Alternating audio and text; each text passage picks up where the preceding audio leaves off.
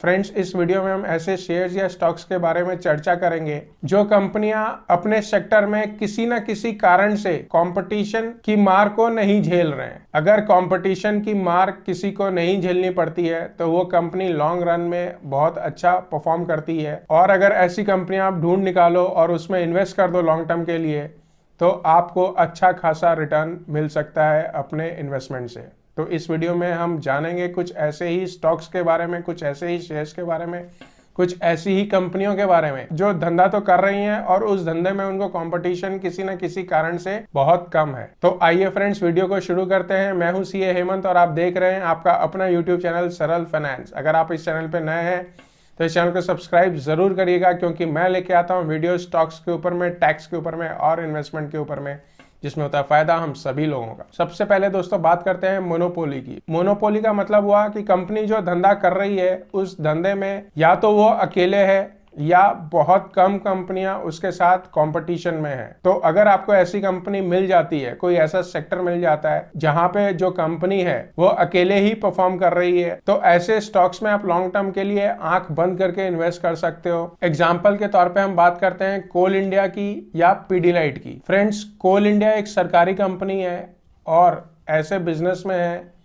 जो खदानों से कोयला निकालती है और उस कोयले को मार्केट में बेचती है। पूरे भारत में जो भी कोयला निकलता है वो कोल इंडिया ही निकालती है, चाहे वो खुद निकाले चाहे अपनी सब्सिडरी कंपनियों के थ्रू निकाले। पर हाल ही में सरकार ने कुछ कोयले की खदानों का ऑक्शन किया है और प्राइवेट कंपनीज को इस सेक्टर में आने की अनुमति मिल गई है। इस कारण से ये हुआ है कि अब कोल इंडिया को कंपटीशन झेलना पड़ रहा है और शायद यही कारण है कि कोल इंडिया का स्टॉक्स इस बढ़ते हुए मार्केट में भी उतना अच्छा परफॉर्म नहीं कर रहा है। तो मोनोपोली होना बहुत अच्छी बात है, पर जब आपका मोनोपोली स्टेटस खत्म हो जाता है आपको कंपटीशन झेलना पड़ता है, और क्योंकि आपको कंपटीशन की आदत नहीं होती है तो आपका परफॉर्मेंस धीरे धीरे गिरने लगता है। यही हम देख रहे हैं कोल इंडिया के साथ में। स्क्रीन पे दोस्तों एक कंपैरिजन आपके सामने मैं 5 साल का प्रेजेंट कर रहा हूं, जिसमें हम कोल इंडिया का परफॉर्मेंस सेंसेक्स के साथ में कंपेयर करके दिखा रहे हैं। तो इस चार्ट पे हमने जो बेस लिया है वो 100 का लिया है और 5 साल के पीरियड में सेंसेक्स ने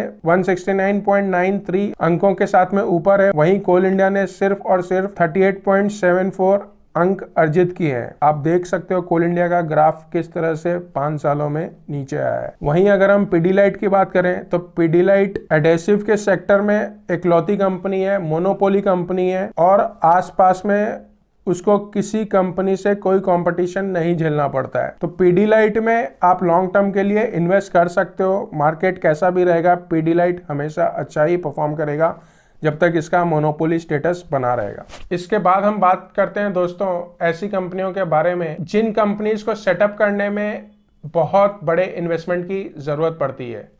एग्जाम्पल के तौर पे टेलीकॉम सेक्टर की बात कर सकते हैं। टेलीकॉम सेक्टर में जो कंपनियां हैं जैसे कि एयरटेल है, वोडाफोन आइडिया है या एमटीएनएल, बीएसएनएल है। तो फ्रेंड्स, कुछ सेक्टर्स ऐसे होते हैं जहां ह्यूज इन्वेस्टमेंट लगता है और हर किसी के बस की बात नहीं हो कि वो इतना इन्वेस्टमेंट करके उस सेक्टर में घुसे। तो कंपनियां लिमिटेड होती हैं, आपस में ही उनका कॉम्पिटिशन रहता है। ऑल्दो मोनोपोली स्टेटस नहीं रहता है, पर कुछ 3-4 कंपनियां ही आपस में कम्पीट करके अपना वर्चस्व कायम करने की कोशिश कर रही होती है। जहां सिर्फ 3-4 कंपनियां होती हैं जो आपस में कम्पीट कर रही होती हैं, वहां पे नेगेटिव पॉइंट ये होता है, अगर किसी कंपनी के पास में बहुत ज्यादा पैसा होता है तो वो दूसरी कंपनियों को यूं झटके में खत्म कर सकती हैं। एग्जाम्पल के तौर पे जैसे ही रिलायंस ने जियो को लॉन्च किया है मार्केट में, एयरटेल, वोडाफोन आइडिया सबकी हालत खस्ता है। तो हालांकि इन सेक्टर्स में ज्यादा प्लेयर्स नहीं थे, पर अगर कोई बहुत ज्यादा इन्वेस्टमेंट करके लेटेस्ट टेक्नोलॉजी के साथ में आ जाता है तो जो एग्जिस्टिंग कंपनीज होती हैं उनको मार्केट में अपना मार्केट शेयर कायम रखना काफी मुश्किल हो जाता है और धीरे धीरे वो अपना मार्केट शेयर खोने लगती हैं। यहाँ हम स्क्रीन पे चार्ट पे देख के समझने की कोशिश करते हैं कि पिछले 5 सालों में सेंसेक्स के साथ में अगर कंपेयर करें वोडाफोन आइडिया के स्टॉक को, कि यहाँ सेंसेक्स 100 से 170 तक गया है 5 सालों में, वहीं वोडाफोन आइडिया 100 से 12 पे लुढ़क गया है पिछले 5 सालों में। अब हम बात करते हैं दोस्तों कुछ ऐसी कंपनियों के बारे में जो रिसर्च एंड डेवलपमेंट के ऊपर में बहुत पैसा खर्च करती हैं, हमेशा करती रहती हैं, खास करके फार्मा कंपनीज, फार्मा स्टॉक्स अपना R&D डेली बेसिस पे कायम रखती हैं, क्योंकि वो जानती हैं जितना पैसा वो R&D पे लगाएंगी, अगर उनको कुछ नया मिल जाता है उसको वो पेटेंट करा लेते हैं, तो उनके लिए एक मोनोपोली सिनेरियो ही रहेगा उस पर्टिकुलर प्रोडक्ट या दवाई को लेकर के। और आज के सिनेरियो में इस बात को इससे ज्यादा कोई नहीं समझ सकता है कि वैक्सीन की आज कितनी जरूरत है, और सारी की सारी कंपनियां लगी हुई हैं वैक्सीन बनाने में, जल्दी से जल्दी बनाने में, क्योंकि सबको पता है जो भी कंपनी एक अच्छी वैक्सीन लेके आती है मार्केट में, वो कंपनी रॉकेट की तरह भागने वाली है। फार्मा कंपनीज जनरली बहुत पेटेंट्स लेती हैं, जो भी उनका नया कुछ आविष्कार होता है दवाई को लेके, वो तुरंत पेटेंट करा लेती हैं ताकि कोई दूसरी कंपनी उसको ना बना सके। अगर आप अकेले हो अपनी प्रोडक्ट लाइन में तो आपको अच्छा मुनाफा होगा, प्राइसिंग आप अपने अनुसार कर सकते हो, तो आने वाले टाइम में आपकी कंपनी की ग्रोथ होनी निश्चित है, और जो भी शेयर होल्डर्स उस कंपनी में इन्वेस्ट करेंगे उनको भी आने वाले टाइम में अच्छा मुनाफा अपने इन्वेस्टमेंट पे मिलेगा। तो ऐसी ही फार्मा सेक्टर में एक कंपनी है बायोकॉन, जो डायबिटीज के एरिया में बहुत अच्छा काम कर रही है, बहुत अच्छा रिसर्च करती है, और काफी पेटेंट्स लिए हुए हैं उसने। अब क्योंकि उसने पेटेंट्स लिए हुए हैं, उस प्रोडक्ट को कोई भी कॉपी नहीं कर सकता है, उस ब्रांड को कोई भी कॉपी नहीं कर सकता है, और बायोकॉन का मार्केट शेयर डायबिटीज के एरिया में बना रहेगा आने वाले टाइम में। तो अगर कोई बायोकॉन में इन्वेस्ट करता है तो फार्मा सेक्टर बूम पे रहेगा, कंपनी भी बूम पे रहेगी, आपको अपने इन्वेस्टमेंट पे अच्छी रिटर्न मिलेगी ही मिलेगी। इसके बाद दोस्तों हम ऐसे सेक्टर की बात करते हैं जहां कॉस्ट ऑफ प्रोडक्शन कंपनी काफी हद तक कम कर लेती है। एक कहावत आपने सुनी होगी, अगर घोड़े को पानी पिलाना है तो या तो घोड़े को पानी के पास ले जाना होगा या पानी को घोड़े के पास आ जाना पड़ेगा। तो प्रैक्टिकली अगर बात करें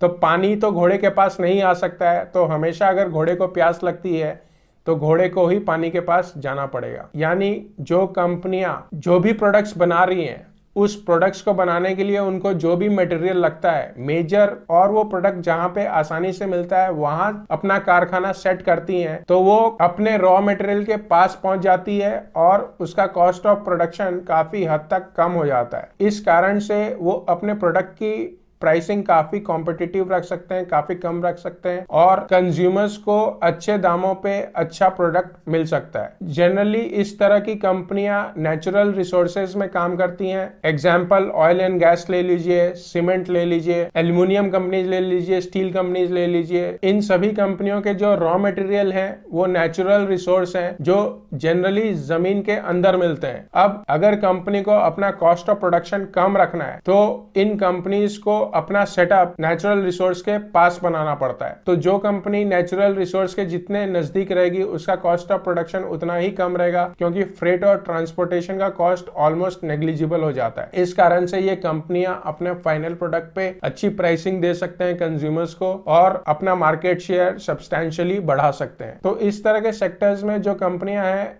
वो है ONGC, Indian oil, BPCL, NALCO, Shri cement. तो इन कंपनियों के मैनेजमेंट ने स्ट्रेटेजिकली उनके जो कारखाने हैं वो नेचुरल रिसोर्स के पास में बनाया हुआ है ताकि उनका कॉस्ट ऑफ प्रोडक्शन कम रहे। यहाँ पे फिर से हम चार्ट पे देख लेते हैं, श्री सीमेंट और सेंसेक्स को कंपेयर कर लेते हैं। 5 साल का कंपेरिजन अगर हम देखें तो जहां सेंसेक्स 100 से 170 पे पहुंचा है, वहीं श्री सीमेंट 100 से 221 पे पहुंचा है। इसके बाद हम बात करते हैं दोस्तों ऐसे सेक्टर की जहां कंपनी को सेटअप करना बड़ा ही कॉम्प्लेक्स है, और इस डर से काफी लोग ऐसे सेक्टर्स में एंटर ही नहीं करते हैं।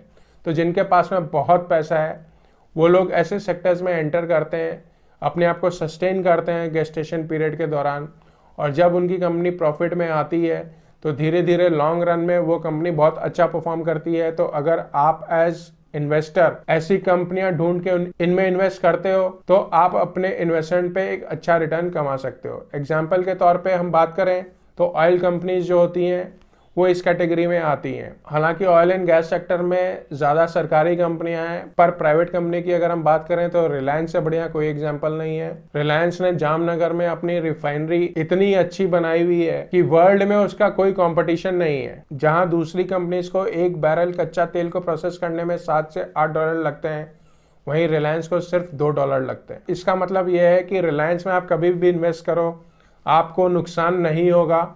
हाँ, मार्केट कभी नीचे जा सकती है, कभी ऊपर जा सकती है, पर लॉन्ग रन में अगर होराइजन आपका लंबा है तो रिलायंस जैसे शेयर में आप अगर इन्वेस्ट करते हो तो आपको नुकसान कभी नहीं होगा, और आप अपने इन्वेस्टमेंट पे एक अच्छा रिटर्न कमा सकते हो। अब दोस्तों बात करते हैं ब्रांड बिल्डिंग की। जो कंपनीज अपने प्रोडक्ट्स को लेके अच्छा ब्रांड बिल्डिंग कर लेती हैं, वो कंपनीज लॉन्ग रन में बहुत अच्छा परफॉर्म करती हैं। और क्योंकि उनके प्रोडक्ट्स का अच्छा नाम है मार्केट में, कस्टमर्स उनके प्रोडक्ट्स पसंद करते हैं, उनको उनकी क्वालिटी अच्छी है, तो वो अपने प्रोडक्ट्स का प्राइस दूसरे प्रोडक्ट से ज्यादा भी रख सकते हैं, क्योंकि उनको मालूम है उनका प्रोडक्ट सुपीरियर है, उनके प्रोडक्ट का नाम हो चुका है over a period of time.